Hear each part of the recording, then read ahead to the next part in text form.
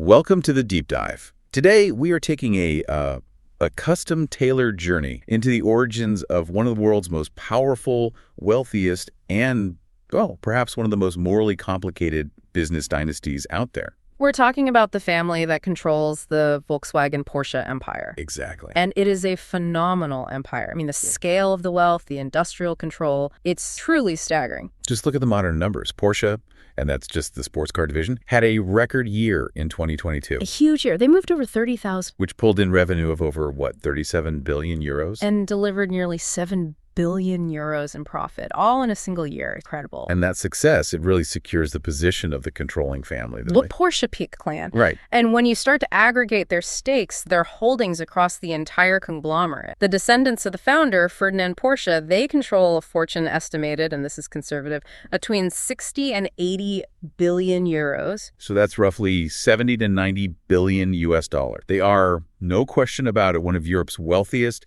and most enduring business dynasties. But there's a paradox there, isn't there? A really deep and unsettling one. A huge one. All this modern wealth, all this corporate control, it's fundamentally rooted in the history of the Nazi German Third Reich. The family patriarch, Ferdinand Porsche, he reached the absolute pinnacle of his fame and fortune precisely because he worked with Adolf Hitler's regime. And he wasn't just, sketching car designs on the side. This was a deep involvement. Oh, yeah. He was a high-ranking member of the SS. He was developing crucial military hardware. Heavy tanks. Heavy tanks for the German army. Yeah. Built using vast numbers of slave laborers. And after World War II, he somehow manages to narrowly escape any serious punishment. And then as the Cold War kicks off, that entire ugly, compromising history just gets pushed aside. It's largely ignored, which allowed the family and the company to just flourish during the rebuilding of West Germany. It's a story of extraordinary engineering genius colliding just head on with political opportunity and profound moral compromise. Absolutely. And you can't really understand the brand today without understanding how that contradiction is just baked into. Okay, let's unpack this.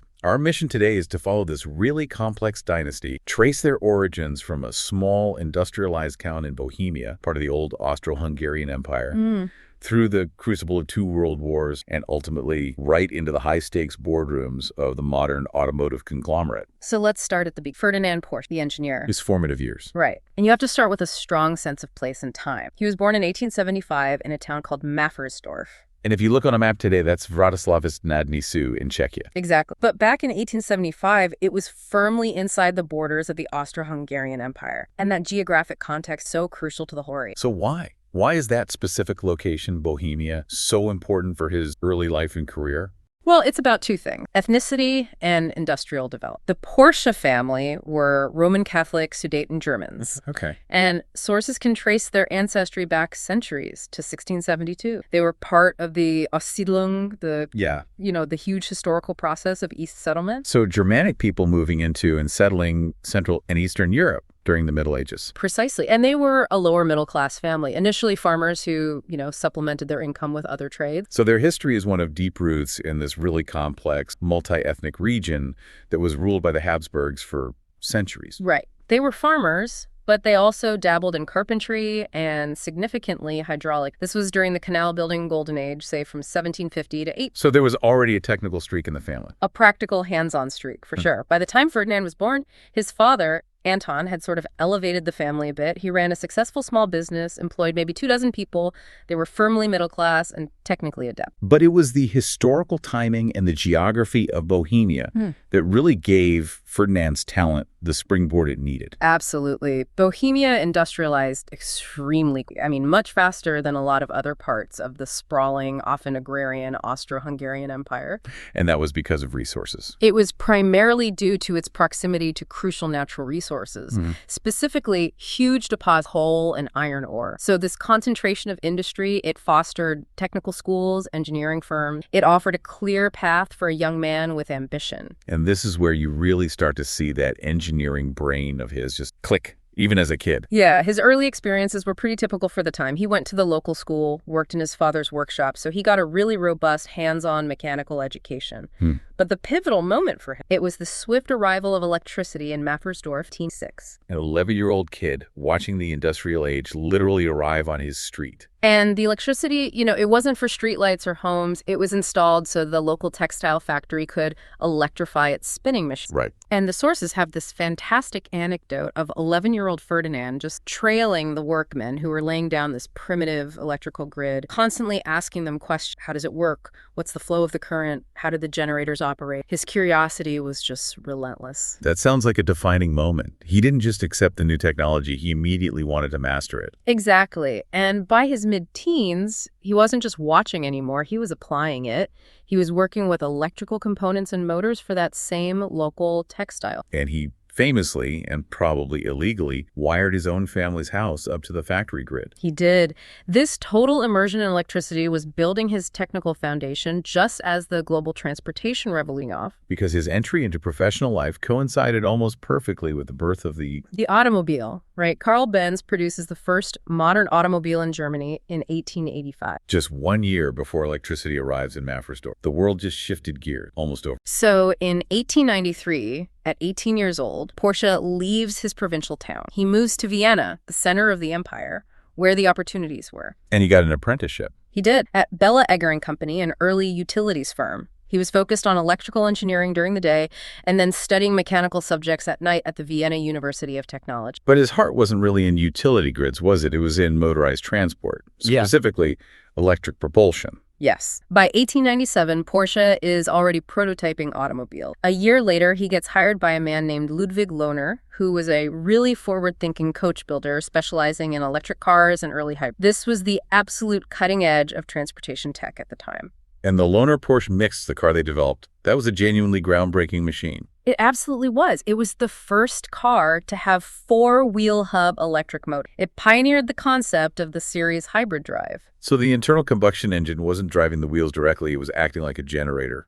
Exactly. It generated electricity to power the motor. These cars were technical marvels. They competed in races all over Europe. They were exhibited proudly at the 1900 Paris World Fair. So early Porsche wasn't about gasoline engines at all. It was about advanced electric power. What derailed that initial vision? Well, two things, really. Weight and cost. The batteries were incredibly heavy, and the technology was expensive and complex. And then came Ford. The paradigm shift was in 1908 when Henry Ford's petroleum-fueled Model T arrived in the U.S. It was cheap, it was rugged, and it was mass-produced. The sheer commercial force of the Model T just dominated the market. And it effectively killed the early electric car phase for the next, 80 years? Pretty much. Lohner ended up shifting his focus to the new field of airplane technology, but Porsche, he found a new, more immediate challenge. Which was high-speed, gasoline-powered engineering, and of course the rising global tensions that were leading up to World War I. Exactly. In 1906, Porsche moved to this Austro-Daimler firm.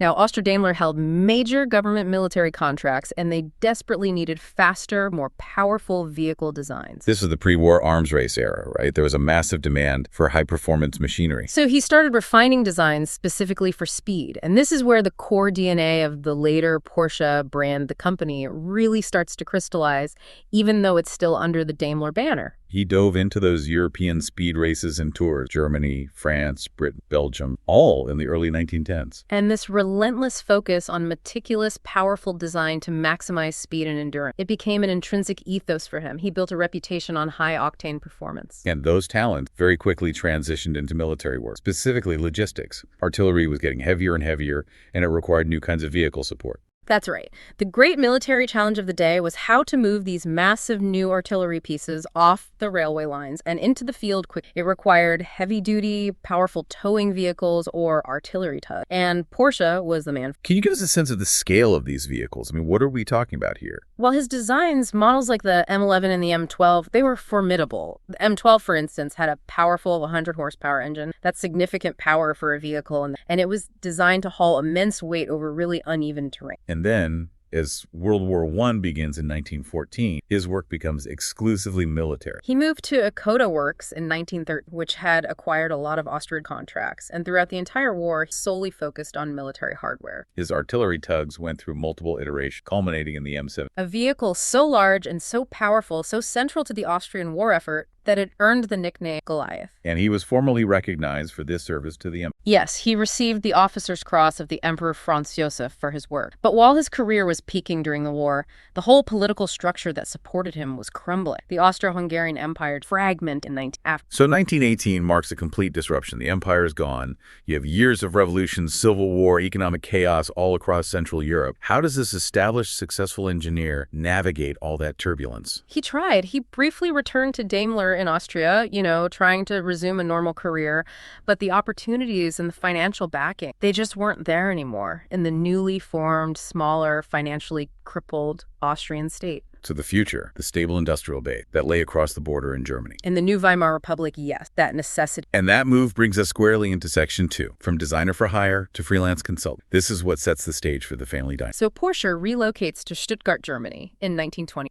He's hired as the chief engineer at Daimler Motor und Gesellschaft. This was a critical chapter where his professional reputation was solidified, but so was his reputation for being abrasive and he immediately inherited a corporate nightmare, right? Right. He had to manage the merger of the Daimler and Benz engineering departments. A total nightmare. They were geographically separated, over 100 kilometers apart. They had different cultures, different systems, deep-seated internal rivalries. An HR disaster waiting to happen. And Porsche was tasked with unifying these two proud, disparate engineering. The sources depict him as brilliant, but blunt. He earned a reputation for being extremely direct, bordering on brutally honest about the quality. So he demanded perfection. And he tolerated very little deviation from his vision. So he was a technically brilliant boss who also had a real habit of making enemies. But during this intense corporate period, he never stopped designing high-performance cars. Oh, absolutely not. Even in his final year in Austria, before moving to Germany, he built the Porsche Daimler Sascha. Named for his patron, Count Sascha Kolowrat-Krikowski. Right. It was a lightweight sports car, again, showing his flair for agile, powerful design that won several key long-distance races, and it could reach speeds of 140 kilometers per hour. And after the Daimler-Benz merger, he delivered one of the most aesthetically and mechanically influential cars of the era, the Mercedes-Benz Supersport Curves, the SSK. The SSK was a masterpiece, just beautiful. It was designed with these sweeping lines and incredible power, capable of reaching 200 kilometers per hour. This car, more than any other design in that pre-war period, it set the definitive template for the performance, the power, and the elegant aesthetic that would define the later Porsche brand. It was a clear demonstration of what he was capable of when he was unconstrained. So if he was such a genius and delivered masterpieces like the SSK, why was he made redundant in November 1928? Was it his design rivals, or was it that famously blunt personality? It seems to have been a toxic combination of both. His direct, uncompromising style eventually just alienated him from key corporate figures within the new Daimler-Benz structure. He wasn't a corporate politician. No. He was an engineer who prioritized performance over diplomacy. So his redundancy was a major professional setback. It led to a brief, unsuccessful consulting stint with the Austrian manufacturer Stairwork. And this professional disruption happened to coincide with the onset of the Great Depression in 1929. That must have made finding steady work almost impossible. It compounded the whole crisis. So, faced with economic collapse and his own frustration over firms he believed were stealing his ideas, Porsche made the defining pivot. He decided to become independent. In 1930, at the age of 55. He set up his own engineering design studio, became a freelance consultant. He even poached some of his old, most trusted team members from Daimler-Benz to come work for him. And this independent studio quickly became the anchor for the family dynasty. This is the moment the Porsche and Piëch names are permanently fused. It was essential for its survival. Ferdinand had married Aloysia Johanna Case, or Louisa, back in 1903. They had two children, Louisa, born in 1904, and Ferdinand Jr., everyone called him Ferry, born in 1909. And Ferry would later be instrumental in the post-war company. But the crucial link here was his daughter, Louisa. Yeah. In 1928, Louisa married a man named Anton Piëch. He was a lawyer from Vienna who had initially represented Ferdinand in his lawsuit against Daimler-Benz after he had redundant. So he comes into the family's orbit as a lawyer. And he quickly became a key shareholder in Ferdinand's 1930 design company, providing crucial financial and legal grounding for the new venture. And their descendants, the Piëch, continued this pattern, right? Working for or sitting on the boards of Porsche and related companies for generations. That's what cements the Porsche-Piëch name. And this is where it gets really interesting, because Anton Piëch also brought with him the most profound,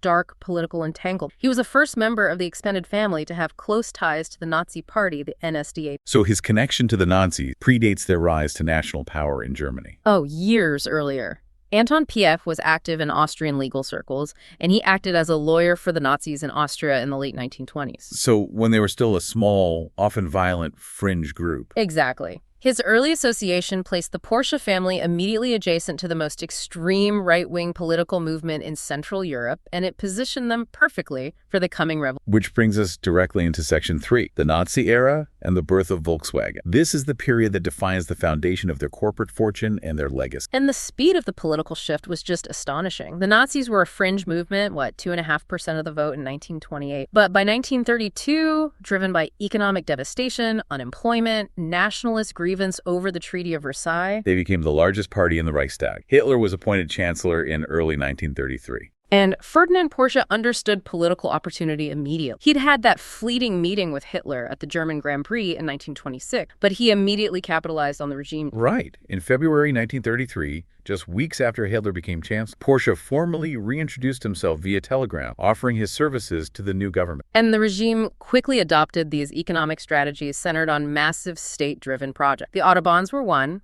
The other, crucially, was the creation of a national car maker, the Volkswagen. The idea of the people's car, designed for the average German family. And Porsche received the prestigious contract for them. The entire project was steeped in propaganda, intended to rival the American Ford Model T and symbolize Germany's industrial rebirth. And the target, the mythical goal they were always touting, was to sell the car for 1,000 Reichsmarks or less, about $400. Which was a price target they never actually... Was it even realistic? Not at all. It was a brilliant piece of propaganda designed to appeal directly to the working and middle classes who couldn't afford a traditional car. The cost was subsidized through a complex, mandatory savings scheme that workers had to pay. But very few civilian Volkswagens were actually produced at that price before the war swallowed the entire factory. And to achieve this dream of mass production, Porsche oversaw the construction of a brand new, enormous factory complex at Fallersleben, which we now know as the city of Wolfsburg. And this factory was built on cutting-edge principles. In 1936, Porsche personally led a team, including his son, Ferry,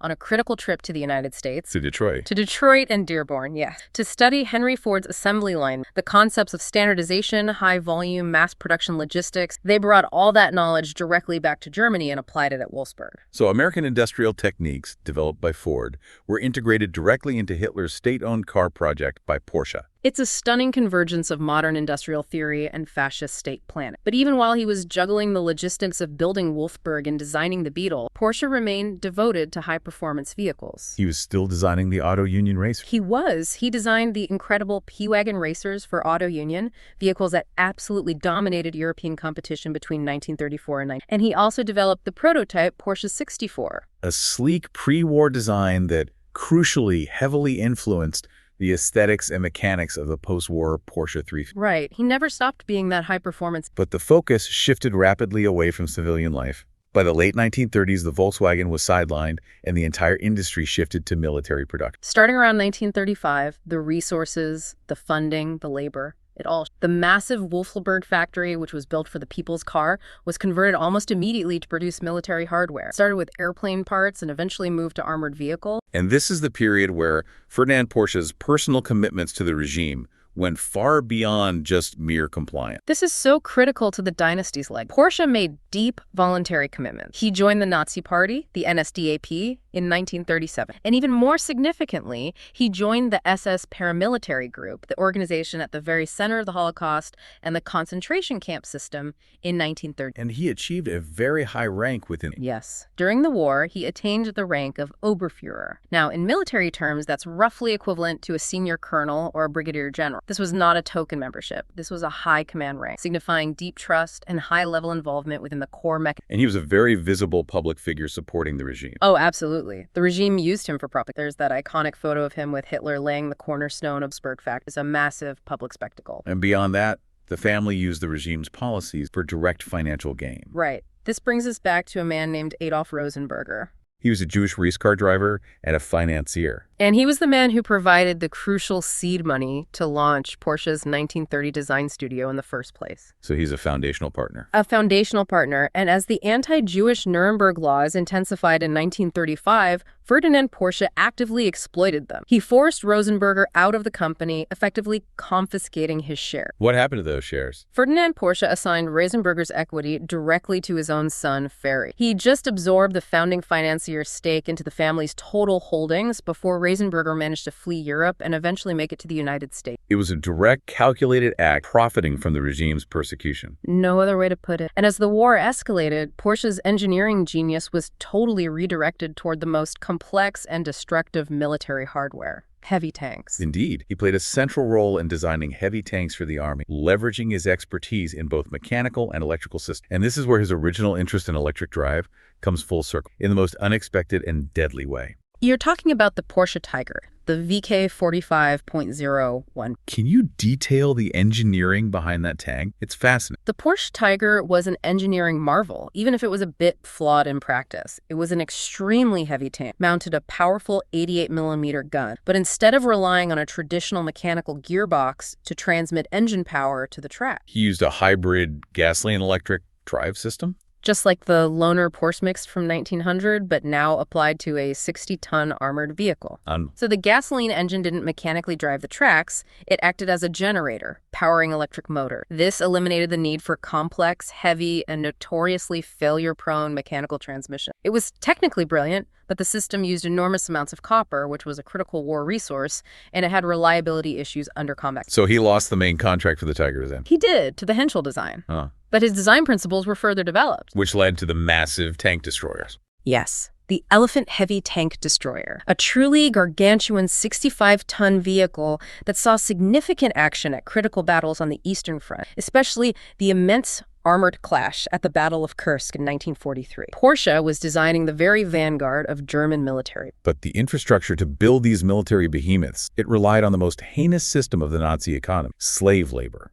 After the war shifted to total mobilization in 1941 and 1942, Porsche's factories, including the massive complex at Wolfsburg, relied overwhelmingly on slave labor drawn from the conquered territory. Czechs, Poles, French, and many others. The scale was just horrifying. Can you elaborate on the structure of the labor camps that were connected to the factory? To ensure a constant supply of expendable labor, the Arbeitsdorf concentration camp was established near Wolfsburg in 1942. This camp was dedicated specifically to supplying workers to the Porsche-Piëch manufacturing facilities. And a death toll. Estimates suggest at least 500 workers died within that. And the conditions were just brutal. High rates of infant mortality, forced separation. It was horrific. And Ferdinand's son-in-law, Anton Piëch, was actively involved in managing this labor. Piëch was even more prominent in the day-to-day operations and logistics of the forced labor. He joined the Austrian Nazis in 1930, and he was deeply involved in overseeing the acquisition, the transport, and the deployment of tens of thousands of slave labor. He was like a quasi-military administrator. And the family's ambitions were also tied directly to Hitler's largest, most genocidal geopolitical plan, like the Vision for Lebensraum.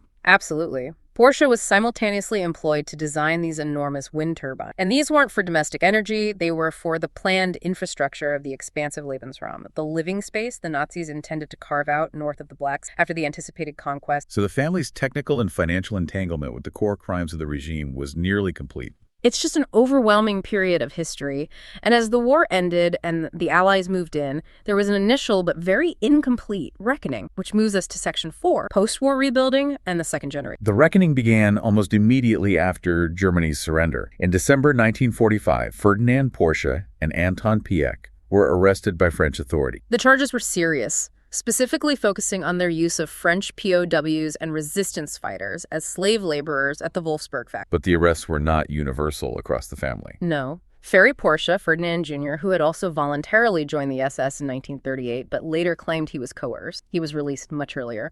And he moved quickly to Carinthia, Austria, taking what family assets he could. So he immediately began planning the company's relaunch. He was betting on a future where his father's genius could be separated from his war crime. While the father was in prison, the son was securing the family's financial. What happened to Ferdinand Sr. while he was in French custody? He was leveraged. The French government recognized his immense engineering. For over 18 months while he was detained, Ferdinand was coerced into consulting for the state-owned French automaker Renault. So he was shuttled between prison and Renault's offices. Exactly, helping them restart their crucial post-war operations. It was a bizarre form of engineering ransom. It's a powerful example of necessity overriding justice, even at that early stage. When was he finally released? In 1947, the family was eventually, and I'd say partially, exonerated. The judicial reasoning they used to mitigate their guilt was that the slave labor at Porsche's factories was not an aberration, but part of the generalized, wider Nazi slave economy. So they reduced the family's direct individual responsibility. Right, and this kind of selective amnesty for prominent German industrialists was a pattern that was repeated all across the Western occupation. And immediately upon his release, Ferdinand joins Ferry in Austria, and the first Porsche sports car is the Porsche 350. And this vehicle represents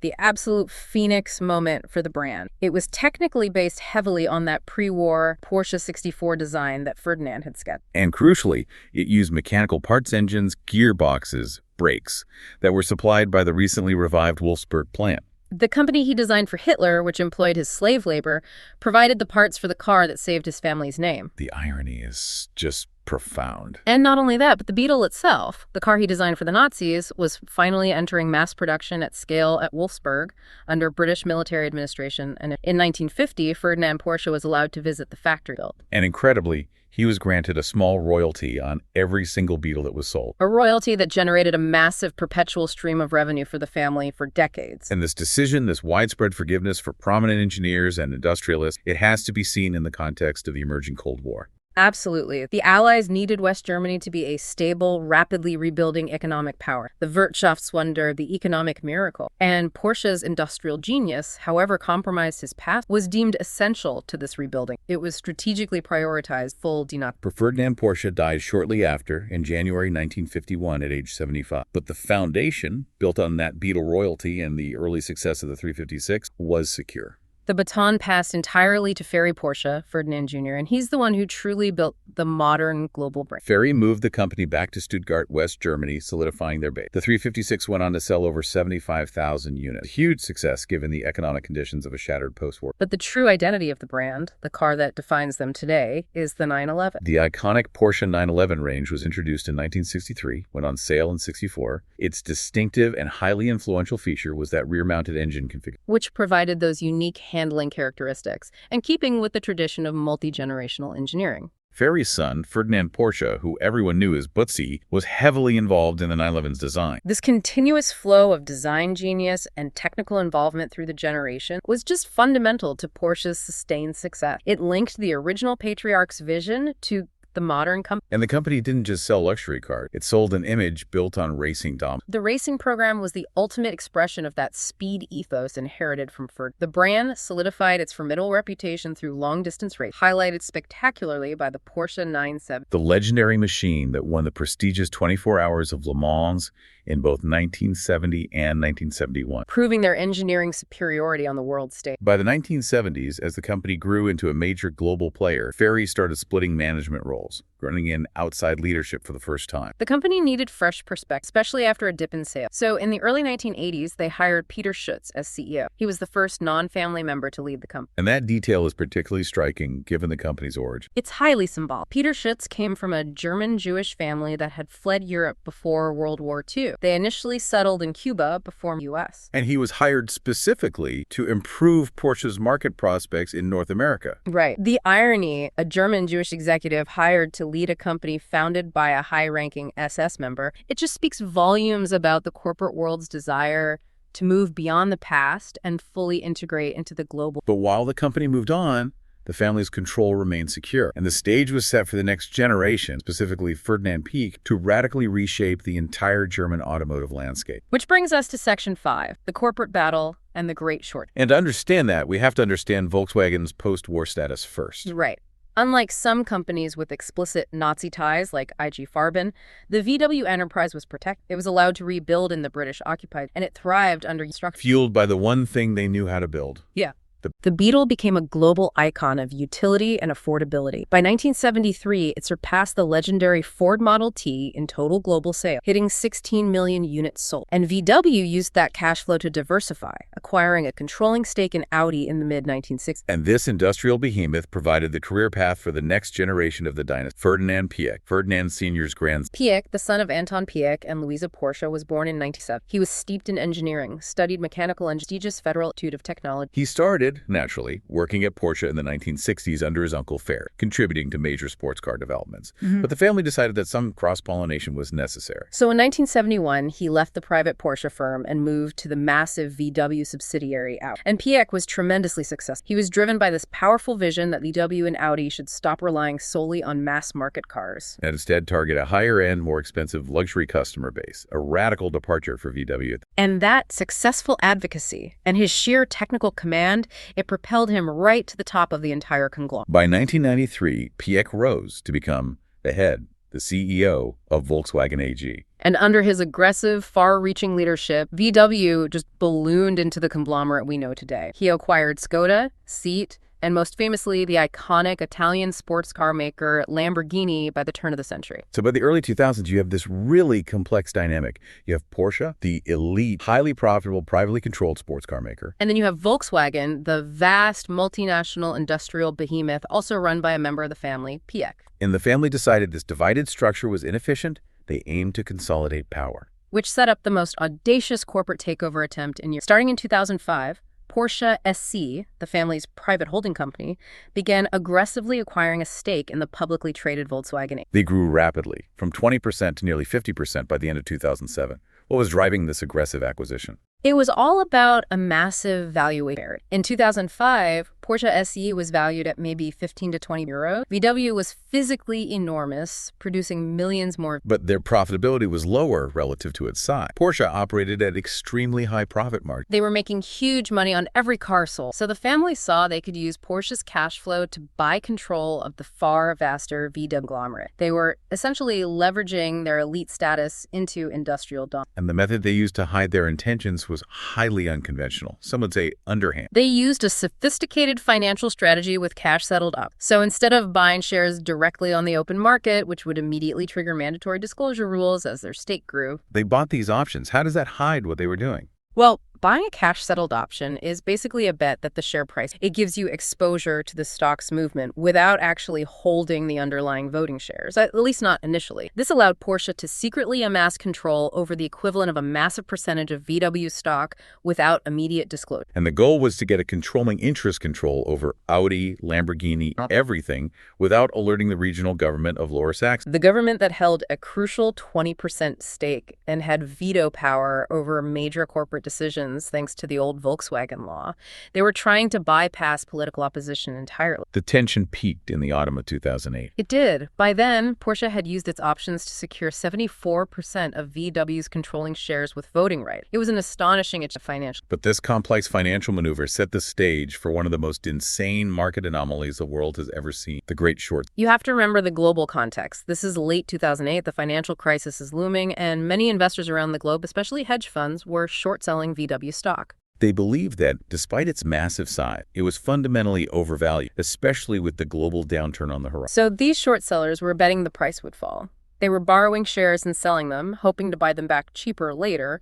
They needed to find actual shares to cover their bets eventually. And then, on October 26, 2008, the bombshell dropped. The Porsche-Piëch family revealed their 74% stake in Volkswagen. And this announcement created immediate, absolute panic. Because the short sellers realized they were trapped in a classic liquidity squeeze. They were completely boxed in. I mean, think about the numbers. Porsche holds 74% of the shares. The Lower Saxony regional government holds 20%. And true to its word, it refuses to sell its stake. Which means only 6% of the stock, a tiny, minuscule fraction, was actually available on the open market for trading. It was pandemonium. The short sellers were faced with the reality that they had sold shares they now had to buy back, but there were almost no shares left to buy. So they all rushed simultaneously to cover their short positions, creating this frantic, sudden accumulation of buying pressure in that tiny 6% float. And the result was astronomical price inflation. In just 2 days, October 27th and 28th, the share price increased fivefold. It rocketed from just over 200 euros a share to an unprecedented 1,000 euros. Which temporarily made Volkswagen the most valuable company on the planet. For a fleeting moment, VW was worth north of 350 billion euro, temporarily eclipsing ExxonMobil, which was the world leader at the time. And the Porsche-Piëch family's paper wealth,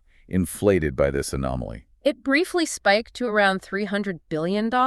Think about that.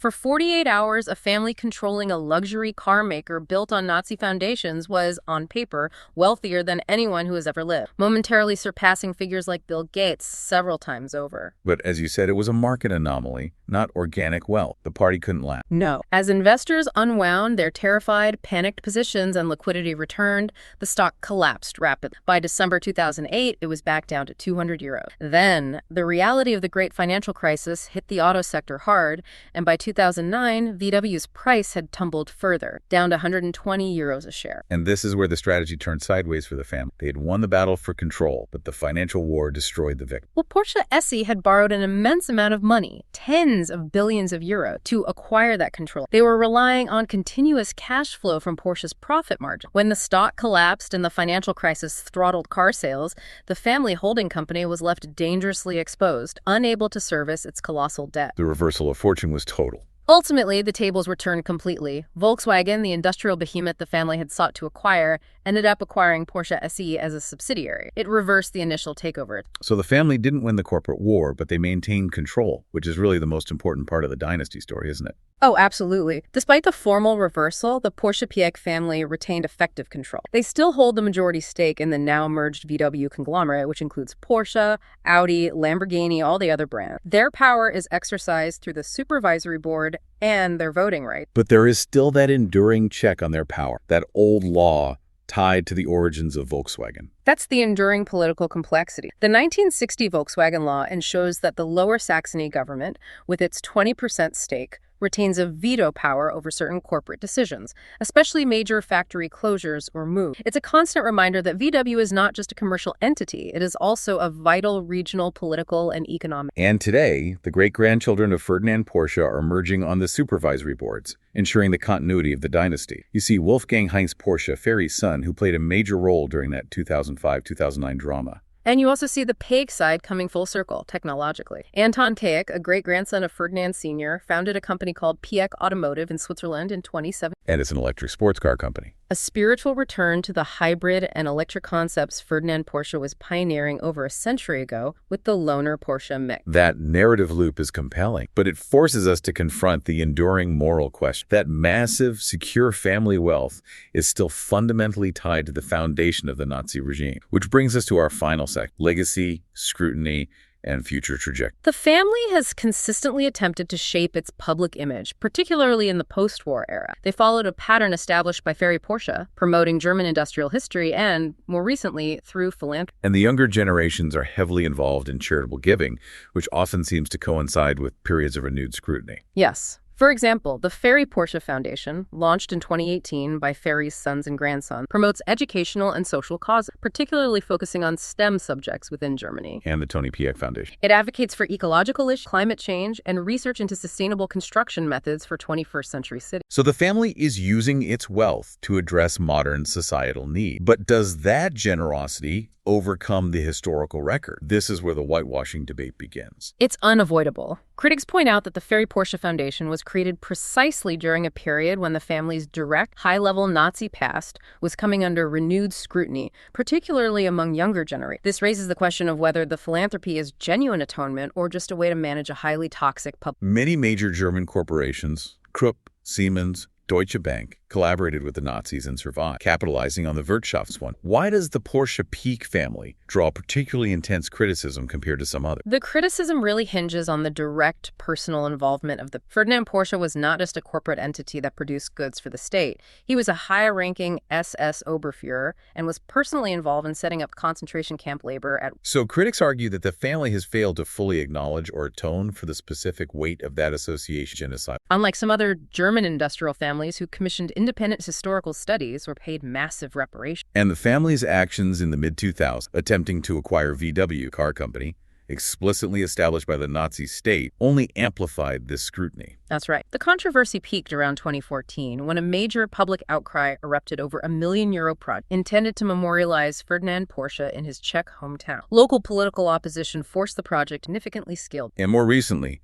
This history has gained massive prominence through books like David de Jong's 2022 work, Nazi Billionaires, which systematically brought the wealth-building methods of Germany's richest family, including the Porsche-Piëch, into the global spotlight, detailing exactly how they profited directly from the regime. But here is the fascinating and somewhat unsettling final twist in the narrative. That scrutiny